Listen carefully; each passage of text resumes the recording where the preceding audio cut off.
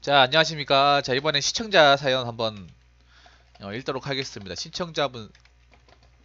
뭐야? 시청자분 성함이 민효신님이죠.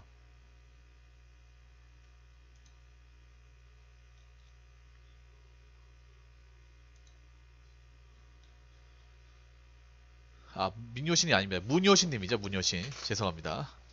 자, 네. 문효신님. 예, 저번에 저한테 사연 의뢰하신 분인데 오늘 드디어 올리셨네요. 네, 굉장히 본전을 뽑으려고 작정하신 분인 건 확실한 것 같습니다.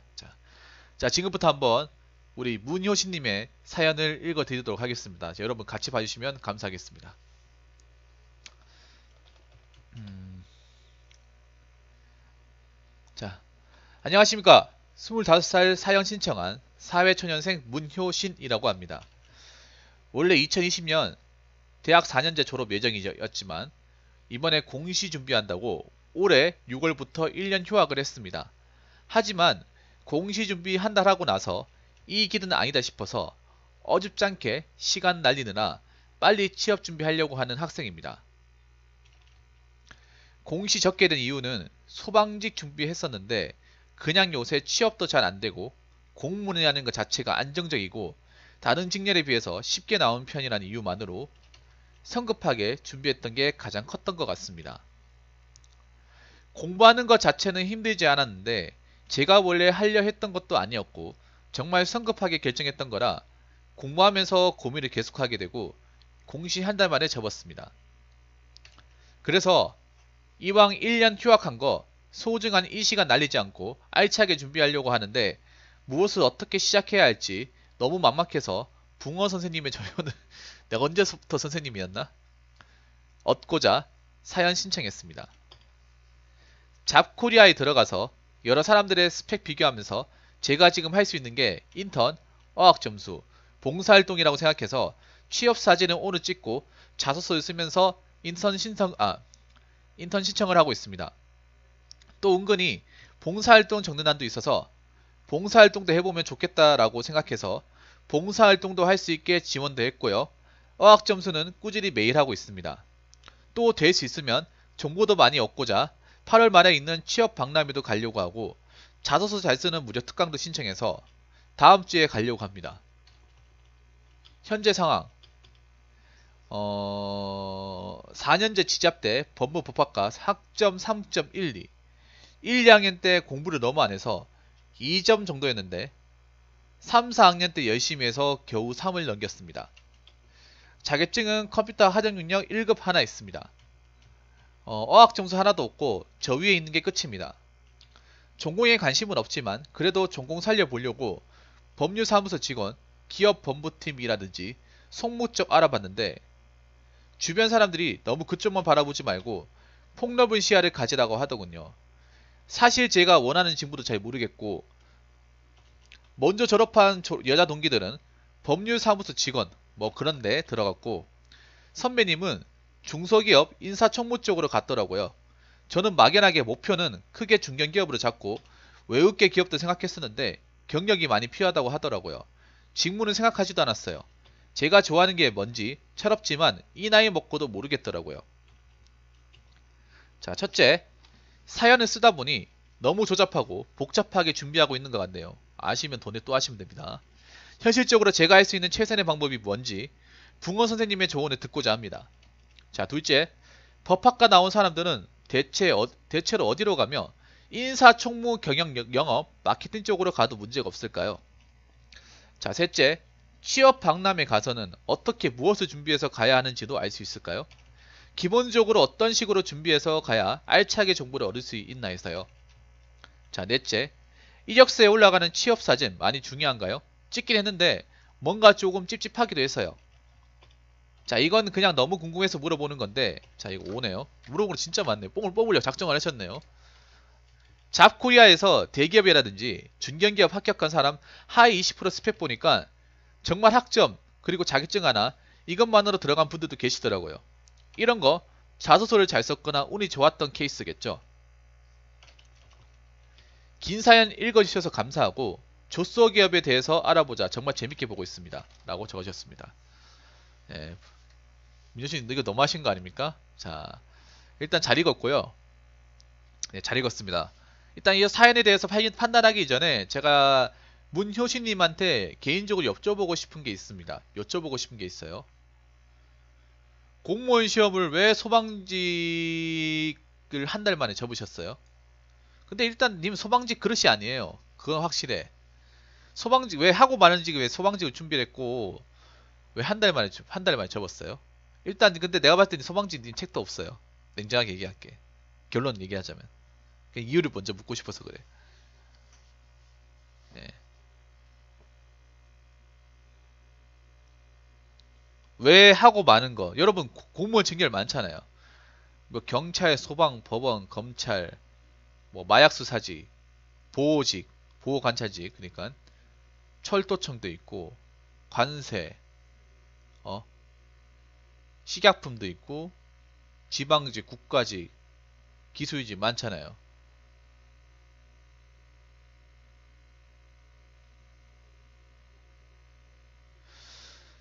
문효신님, 내가 냉정하게 말씀드릴게요. 문효신님은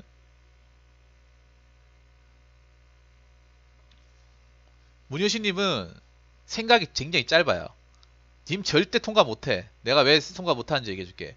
필기시험을 통과 못하는 게 아니라 체력시험이 장난 아니야. 소방시험은 체력시험이 장난 아니에요. 님 체력 자신 있어요? 문효신님, 님 본인 체력 자신 있다고 생각하세요?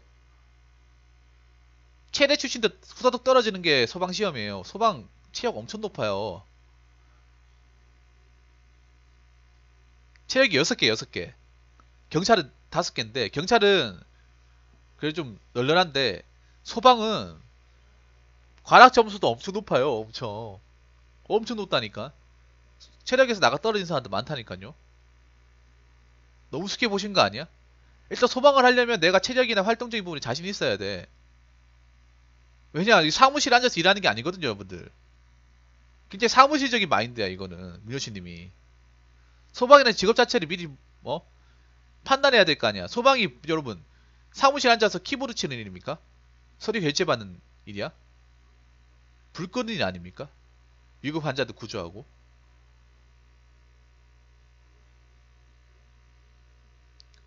필기만 통과하면 끝일 거라 생각하시면 큰 오산입니다.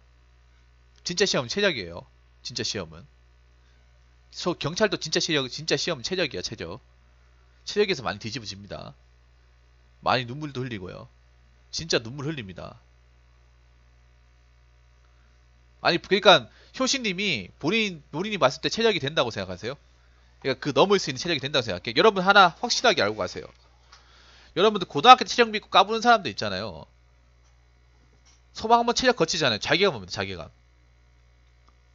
당신은 소방은 꿈도 꾸지 마세요. 소방 꿈도 꾸지 마. 어. 그리고 과락을 넘기는 게 중요한 게 아니에요. 그리고 과락을 넘기는 게 중요한 게 아니라 실제로 시험 테스트장에서 해봐야 돼. 어? 아니요, 이거는 그냥 운동장에서 하는 게 아니라 실제 센서 기계로 잡아야 돼요. 기계로. 왜냐면 체육장 가면 진짜 실제 기계로 재요. 기계로 지금 더 안 나와요. 훨씬 안 나와요. 그냥 연습 삼아서 그냥 뭐 운동장 같은 데서 제몰 뛰고 이런 거 하면 아무 소용 없어요. 진짜 그 악력기도 타케 있고 70만짜리 그걸로 손으로 재봐야 돼요. 그냥 악력기 잼잼이라는 건 아무 소용 없어요. 감도가 달라요. 진짜 달라요. 시험장에서는 실제 그걸로 재봐야 돼요. 그거 안 재보면 의미 없어요. 팩트로 얘기할게 의미 없어. 팔 벌려 벌리기를 실제 그 시험장이 지금 똑같은 기구에서 앉아서 똑같이 재봐야 돼요. 그거 안 재보면 체력 학원에서 그거 안 재보면요 의미 없습니다. 그리고 가락 떨어진 목적으로 소방하시면 님 진짜 후회합니다. 동료한테 민폐. 어? 아니에요. 아니에요. 내가 레오 양님 저도 그렇게 생각하고 싶은데 법학과 출신 분들 별 체력 좋은 사람 본 적이 없어 내가. 보통 체력 좋은 사람들은 나도 저런 거 봤잖아요. 보통 체대 출신이야. 체대나 어 특수부대 출신들, 부사관 출신 분들, 특전사 출신 분들 체력이 좋아요. 나머지 분들은 솔직히 민망할 정도야. 이런 말은 이게 냉정하게 얘기하는 거야. 냉정하게. 어. 자, 그럼 여기서 이제 요 얘기는 마치도록 하고요. 자, 나머지 얘기 한번 해보도록 하겠습니다. 자, 요 질문 주신 거 얘기해 볼게요. 제가 할 수 있는 최선의 방법. 일단 요 밑에 것부터 먼저 얘기할게요. 법학과 나온 사람들은 대체로 어디로 가면 인사총무 경영 영역 마케팅 쪽으로 가도 문제가 없어요. 법학과 나온 사람들 제일 언제 가냐?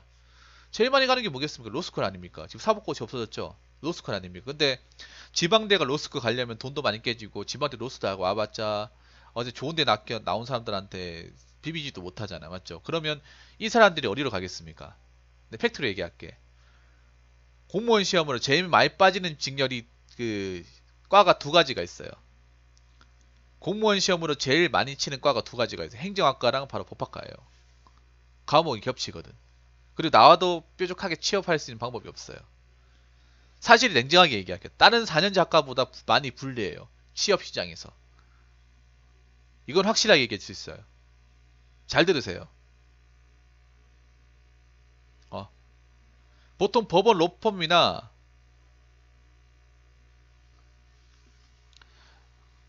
그 많이 가는 이유는 왜냐하면 아무래도 특히 법원직 같은 경우에는 법대 나온 사람 유의할 수밖에 없는 게 법원직의 거의 모든 과목이 학교에서 배우는 과목이에요. 그러니까 자기가 가진 적성과 이제 학과에서 얻은 지식을 가장 많이 쏠릴 수 있는 것이 그 법원 구급. 보통 법원 아니면 검찰, 경찰이 많이 쳐요. 과목이 많이 겹치기 때문에.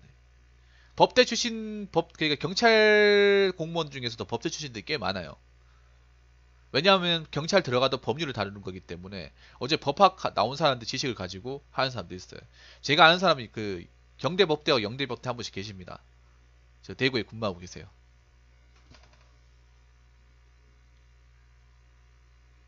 보통 공무원은 많이 빠져요. 많이 빠지는데 그 나머지 공무원 빠지는 거 빼고 나머지 기업으로 따지면 일단 영업으로도 법학과는 좀 불리해요. 마케팅도 많이 불리해요. 경영도 불리해요. 총무도 가 있을 수 때문이에요. 불리해요. 같은 과은 불리해. 죄송한 얘기지만 법대는 어떤 로스쿨이나 이런 쪽 빼 나머지 부분하고 비교했을 때 힘들어요. 이건 좀 냉정하게 얘기하는 거야. 저는 여러분 아시겠지만 뭐 어떻게든 좋은 방향 쪽으로 얘기하는 게 아니라 현실적인 부분을 얘기하는 거야. 현실적인 부분을 얘기해야 내가 거기에서 최대의 판단을 할 수 있는 거니까. 최선의 판단을 할 수 있는 거니까. 그리고 이게 갈 수 있다고 갈 수 있는 게 아니에요. 갈 수 있다고 갈 수 있는 게 아니야. 자, 세 번째.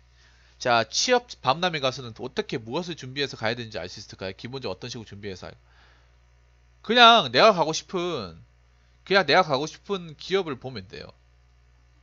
근데 저는 있잖아요.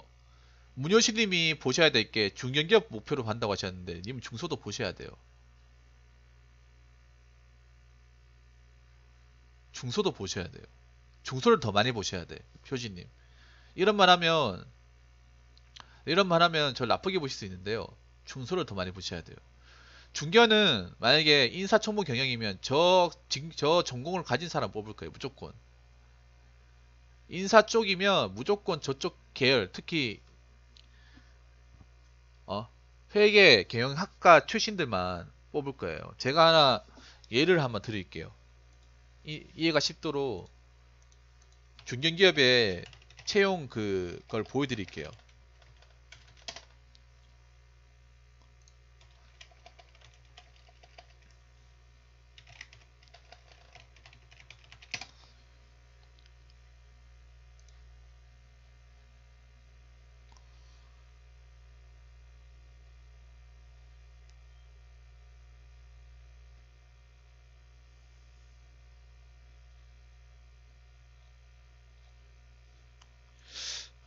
보자.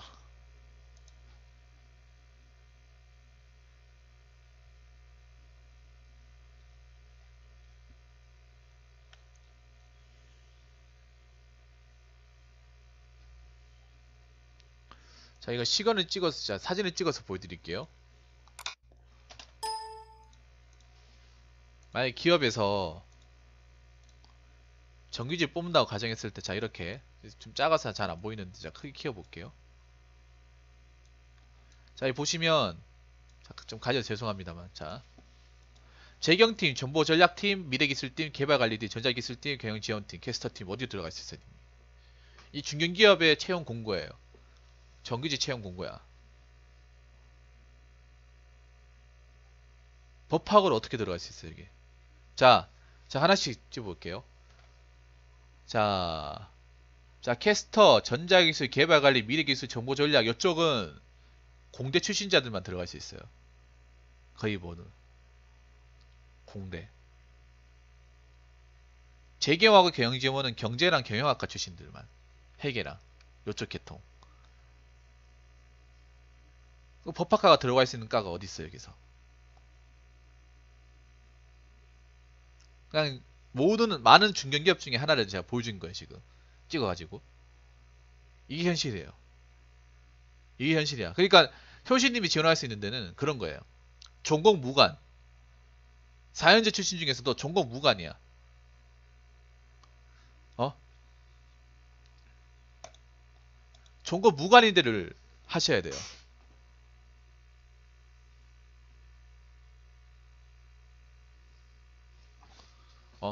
4년제 전공 무관의 학과를 찾아야 되는데 여러분 생각해보세요. 4년제 전공 직렬보다 무관 쪽 직렬이 더 안 나와요. 무관 쪽 직렬이 더 안 나와. 더 안 나옵니다. 그러니까 박람회 가면 중견기업만 볼 게 아니라 중소기업을 더 많이 보셔야 돼. 강소기업 이런 거를. 그리고 전공 무관인 데가 얼마나 많이 있는지를 보셔야 돼. 전공 무관. 어? 자, 약간 여기서 답을 내가 드려드릴게요. 자, 로스쿨. 보통 공무원 시험 많이 보죠. 자, 그리고 아까 내가 얘기했던 거 인사총무, 예, 경영 힘든. 약간 답변이면, 자, 여기는 전공 무관, 전공 무관 공채, 4년제 공채, 나 중소기업 사무직, 요걸 보셔야 돼. 요 자리를. 오히려 요걸 더 많이 보셔야 돼요.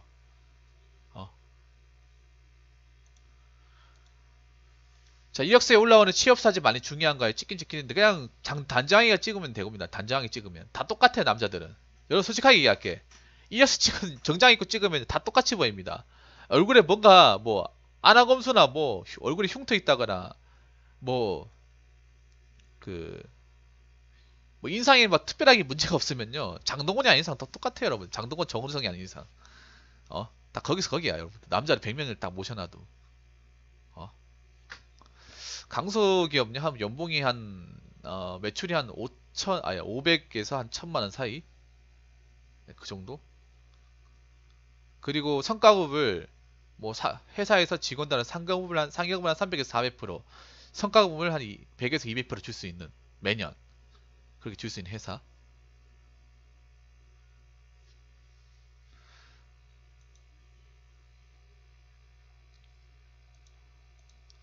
자, 그리고 자, 이거 여기서 보면 이건 그냥 너무 궁금해서 물어보는 건데, 잡코리아에서 대기업이라든지 중견기업 합격한 사람 하위 20% 스펙 보니까 정말 학점 그리고 자격증 안에 이것만으로 들어간 분. 근데 이거 얘기해 볼게요. 정말 학점 자격증 들어간 사람들은 뭐냐? 학벌이 무지하게 좋은 사람.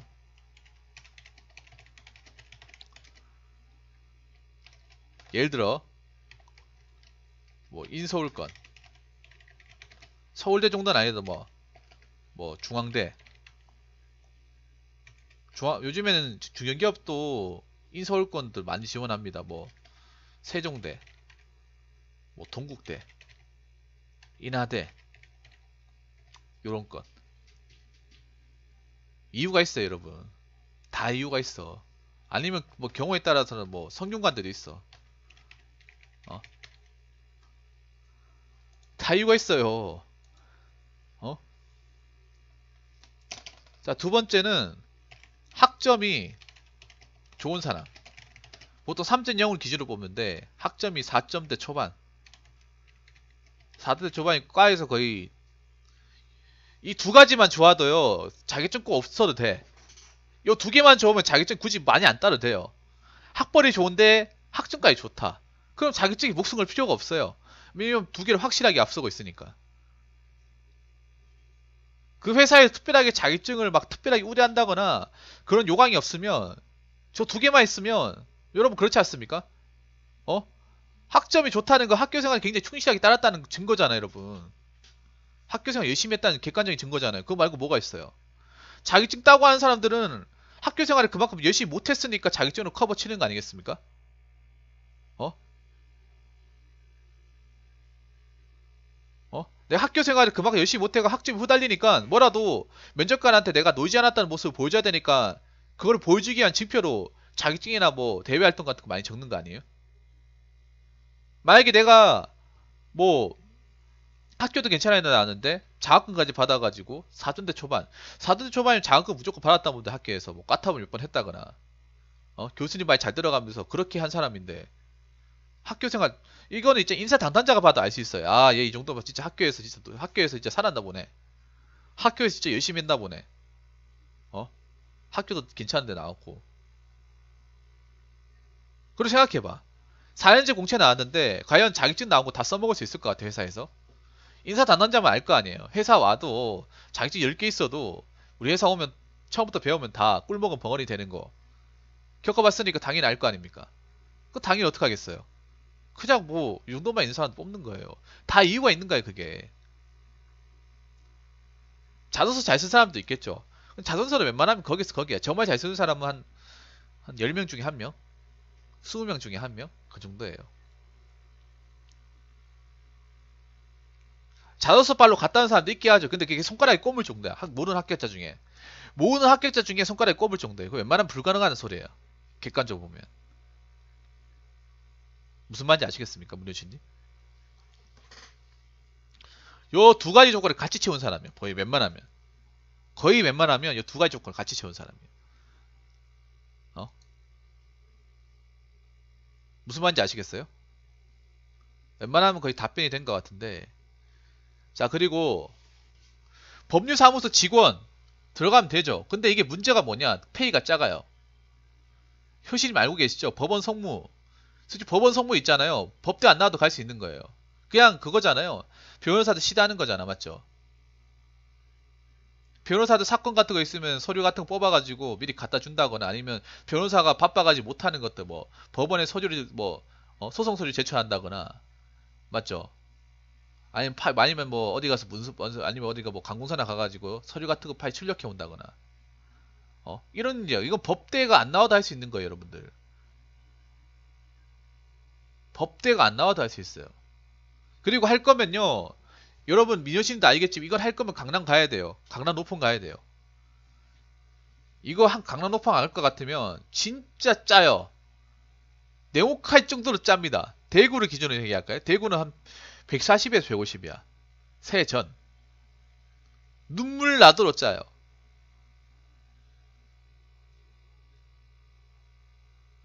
이거 아싸리 할 것 같으면 강남에 가야 돼요.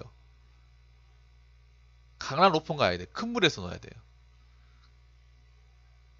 어차피 여기 온다고 해서 내 법학 지식 뭐 써먹을 수야 있겠죠. 그럼 다 써먹을 수 있을까?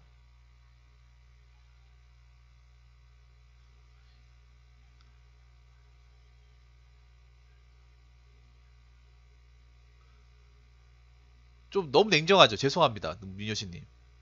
너무 냉정해요. 저도 냉정한 거 알아요. 저도 파렴치한 거 알고 있습니다.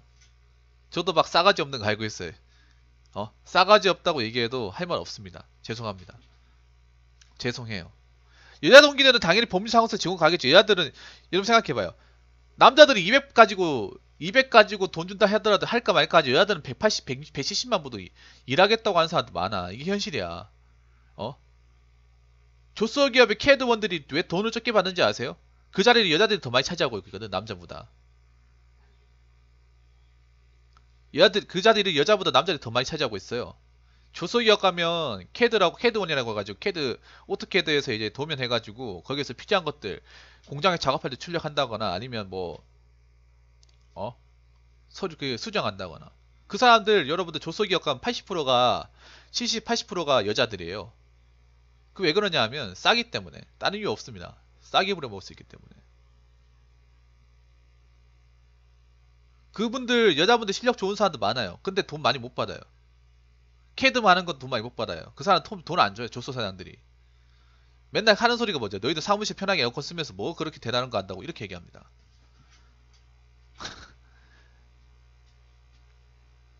이게 현실이에요 이게. 지금 대단한 거 하는 거 맞거든요. 왜냐하면 그 사람들이 그 사무실에 앉아 있는 사람들이 그 제대로 이제 물건을 안 빼주고 못 빼주면 잘못 작업하면 몇 천만 원 손해가 나거든요. 근데 그거를 조소 사장들은 대단하게 생각 안 한단 말이야. 보통 조소 사장들이 사무실 출신보다 현장 출신들이 많거든요. 대부분이. 그러다 보니까 생각이 안 있고 온 사람들이 많아요. 사무실에 뭐 한다 하면. 대수롭게 생각하는 사람들이 많다고요. 어. 봐봐, 요것도 법률 사무소 직원 왜 싸냐? 여자분은 죄송하지만 여자들이 그만큼 많이 들어가 있기 때문에 싼 거예요. 그럼 여기 들어가면 여자 동기들이 뭐 하겠습니까? 뭐 뛰댕길 것 같아요? 그냥 거기 가가지고 문서 출력하냐, 야 뽑아라 뽑아라 하고 법원 갔다 오는 법원 갔다 오고 커피 좀 타락하면 커피 좀 타락하고 뭐 사오라 하면 사오고 이거죠 여러분. 시다죠 여러분. 뭐 있겠습니까 이게.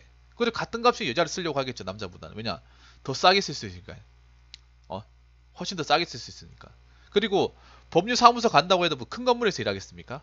그냥 당장 그냥 건물 딸린데 오피스텔 같은데 그냥 동 하나 써가지고 그걸로 나눠서 그걸 농갈라 먹게 하겠죠 여러분. 어 무슨 법무법이 엄청나게 큰데 뭐 여러분 지방이 큰 데가 어디 있어요 여러분. 다 보면요 그냥 오피스텔이나 아니면 상가 건물 그냥 1층 그냥 많이 써봐야 1층 그냥 하나 쓰는 거. 어떤 사람 힘들어 반반씩 칸막이 쓰는 사람도 있어요 여러분. 반반씩. 그런 데도 있다니까요. 어? 법률사무소면 뻔하겠네. 그냥 뭐 상가 건물 하나 뭐 월세 한 뭐 200, 300 주고 쓰겠네요. 계산 안 나옵니까? 계산 나오잖아 이게. 이거 법대가 그런 거예요. 법대 현실이 그런 거야 여러분들. 법대가 이 법을 가지고 활용 못하면요 사실 좀 너무 잔인해요. 그래서 경찰 준비한 사람도 법대가 엄청 많았어요. 제가 엄청 많았어요. 제가 아까 영대법대 경북대 법대에 있었다고 했죠. 계대법대 있었고 대구대 법대도 있었어요. 어. 그러면 문효신님한테 마지막으로 하나 여쭤보겠습니다. 문효신님한테 마지막으로 여쭤볼게요. 이제 공무원 쪽은 아예 끊으신 거예요, 그러면? 공무원 쪽은? 공무원 쪽은 아예 끊으신 거야? 공무원 아예 이제 더 이상 생각 안 하시려고요?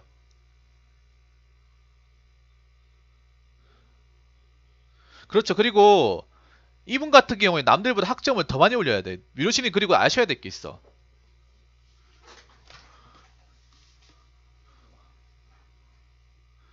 문효신이 또 아셔야 될 게 있어요.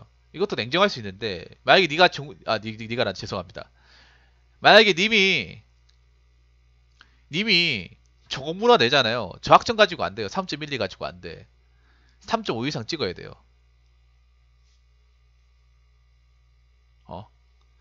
3.5 이상 찍어야 돼. 여러분, 뭐 대기업이 4년제 대조공채 뽑을 때 3.0이라고 해서 무조건 3.0 넘는 사람 뽑습니까? 아니거든요. 보통 학교 간 사람들 보면 3.7, 3.8이에요, 평균적으로. 3.0, 3.1, 3.2 없어요. 한번 찾아보세요. 3.4는 봤어. 근데 그 사람 자격증이 무지하게 많았어요.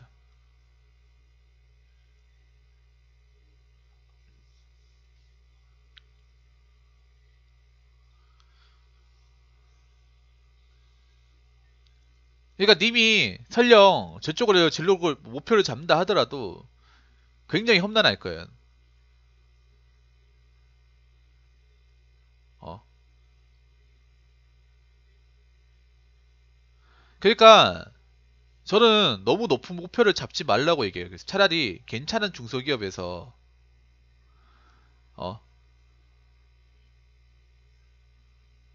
갈 수 있으면 가라고 얘기하고 싶어요.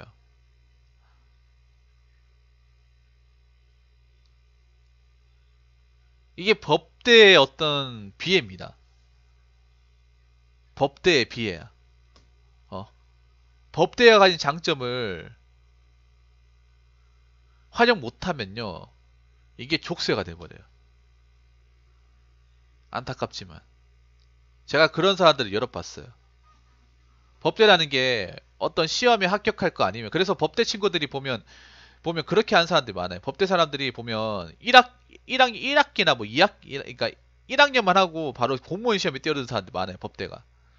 왜냐? 어차피 공무원 시험에 법이 많이 차지하니까 법의 기초 틀만 가지고 있으면 어차피 강의 들으면 당연히 커버되니까, 보통 효진이도 아시겠지만 본인 나온 학교에 뭐 1학년, 2학기 졸업 안 하고 바로 공무원 시험 이제 뛰어든 사람들 엄청 많을 거예요. 그게 다 이유가 있는 거예요, 그게. 왜냐? 학교에서 오래 배운다 한들 그게 공무원 시험하고 똑같이 나오는 게 아니거든요. 왜냐하면 대학교 고수분들은 학설과 어떤 그 법의 기초 어떤 학문을 가지고 얘기하는 거지, 시험에 나오는 거 찍어주는 게 아니라는 거죠.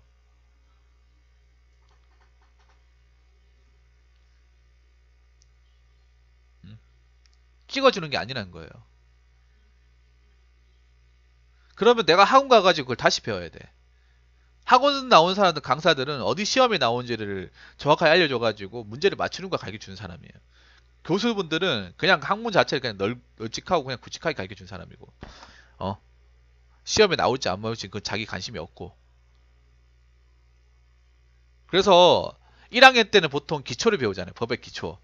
기초 틀을 배우잖아. 그러면 기초 틀이 어느 정도 익혀졌다 싶으면 바로 공무원 시험 등록하고 이제 학원을 가는 거예요. 그게 어떻게 보면 그 사람들 입장에서 현명할 수도 있어요. 보통 그렇게 하더라고, 법대분들이. 어.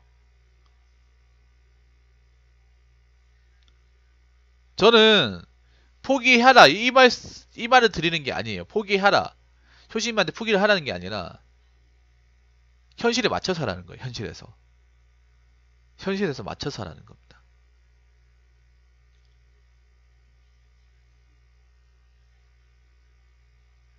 음.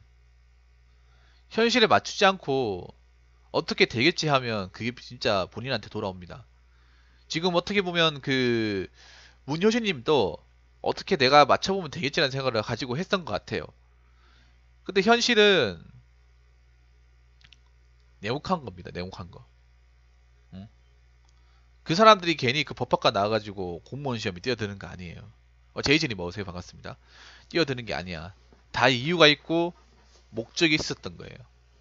그러니까 일단은 조금 무관으로 한번 길을 잡아보세요. 무관으로. 아니면 아까 저 누가 얘기했던 보험회사 쪽을 알아본다거나, 아니면 좀 방법이 있다면 한 가지 방법 알려드릴게요. 그 주변에 어 선배 중에 중소기업 인사청무 쪽으로 갔다고 하잖아요. 그 사람을 어떻게든 연락을 취해 보세요. 어떻게든.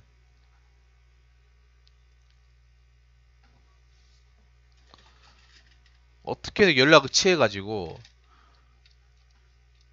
친하게 지내. 왜냐, 중소기업이라고 하면 사무실에 자리가 날 수도 있거든요.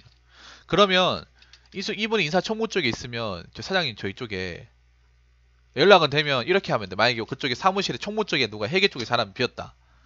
보통 중소기업은 사내 추천으로 들어온 경우가 많아요. 사내 추천. 그래가지고 네 주변에 막 이렇게 얘기하는 경우 있고, 사람 안 뽑히고 막 마음에 드는 사람 없으면, 야, 네 주변에 뭐 후배 없나? 어? 이런 식으로. 그러니까 대기업이나 중기업은 잘 없는데 중소는 이게 많아요. 이 중소의 어떤 장점이 단점인데 많습니다. 내가 봤을 때 효신님이 노려야 될 건 이거야. 그러니까 포기하지 마요, 아직. 포기하지 말고. 네, 요런 거 좋아. 그러니까 너무 높은 거를 바라보려고 하지 마요. 그럼 너무 높은 거 보다가 좌절할 수 있으니까 너무 높은 점은 보지 말고. 음?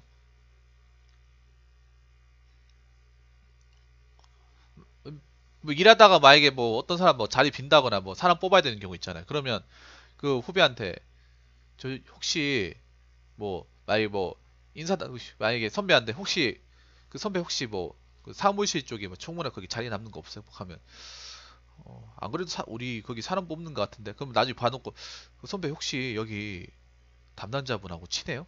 그러면 밥 먹을 때 몇 번 봤는데 그러면 얘기라도 좀 해주면 안 될까요? 하면서 어떤 얘기? 그 우리 내 후배 하나 여기 노노사 있다 하면 그래 한번 얘기해 볼게 하면 얘기해가지고 뭐 저 부장님 저희 후배 여기 안에 지원했는데 자네 후배? 어 어디? 하면서 얘기하다 보면 여기 신입으로 나는 것도 지원했습니다 하면 그래? 나중에 그러면 면접 보기 전에 이렇게 얘기할 수 있어요. 나중에 우리 회사 한번 오라 그래. 그럼 가가지고 얼굴 도장 딱 찍으면 끝나는 거야 그냥.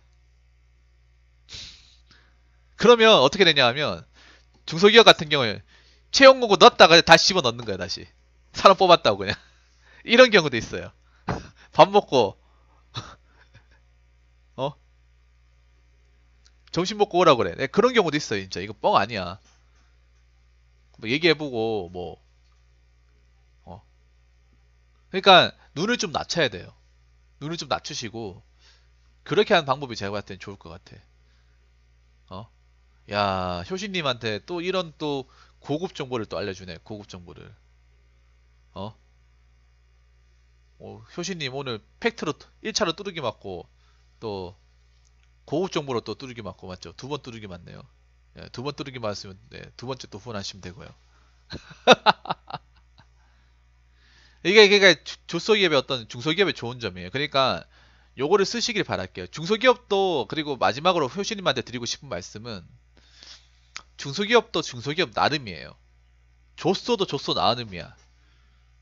물론 잘못된 조소를 들어가고 박스는 조소를 들어가면 물론 후회하겠지만 조소도 다니고 보면 괜찮다고 느끼는 것도 또 있습니다. 보니까 선배가 인사총무 쪽으로 들어갔다는 거는 회사가 좀 괜찮은 회사라는 거예요. 적어도 전반 같은 회사가 아닌 거예요. 선배가 인사총무 쪽으로 들어갔으면 힘을 좀 쓸 수가 있는 부서예요. 힘을 좀 쓸 수가 인사총무 보통 사장하고 대표이사하고 같이 일할 거야 아마. 대표이사랑 같이 사무실을 공유한다거나 아니면 사무실 옆에서 대기한다거나 막 보통 그런 거 할 거예요.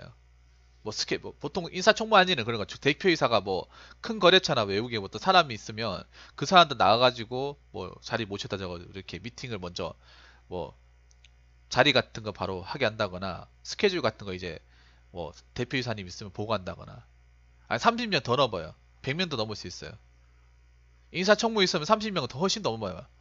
인사총무 있으면 총무가 최소 못해도 총무까지 최소 못해도 10명 이상 있어야 돼요. 인사 쪽에 한 명, 인사 쪽은 절대 한 명씩랑 안 있어요. 보통 한 4, 5명 있어요. 인사 쪽에 4, 5명 있고, 회계 쪽에 3명 있고, 안내 데스크에 한 2, 3명. 그리고, 자재 쪽에, 총무도 자재니까 자재 쪽에 한 6, 7명. 이렇게 있어요. 그 총무만 20명이 넘을 거예요. 진짜로. 한 100명 넘을 거예요. 저는 100명 넘는다고 생각합니다. 그 정도 될 거예요. 목표도 이쪽으로 한번 잡아보시면 좋을 것 같아요, 효신님. 이쪽으로. 어? 그 선배한테 졸업 예정자 있다고. 가면 열심히 하겠다 하면서. 어차피 중소 가면, 일 새로 배우고 해야 되니까. 큰 데도 있어요. 중소라고 해서 다 같은 중소가 아니라니까. 어. 그러니까 그런 거 한번 알아보세요, 효신님. 그게 방법일 것 같습니다. 어쨌든 법대가 지방대 법대가 취업시장 나와가지고 힘든 건 사실이지만 어떻게든 아까 제가 말씀드린 그 방법을 잘 써먹어 보시고요. 잘 써먹어 보시고 아까 제가 말씀드린 방법에서 좀 방법을 찾으시길 그렇게 좀 드리겠습니다. 아무튼 제가 말씀드린 부분 제가 좀 심하게 얘기한 부분도 있는데 현실은 현실이니까 좀 정신 번쩍 차리라는 의미에서 그렇게 얘기한 거니까 너무 거기에 너무 마음 두지 마시고요. 네. 아무튼 건투를 비겠습니다. 예. 자, 이상으로 우리 문효신님 고민사연 마치도록 하겠습니다.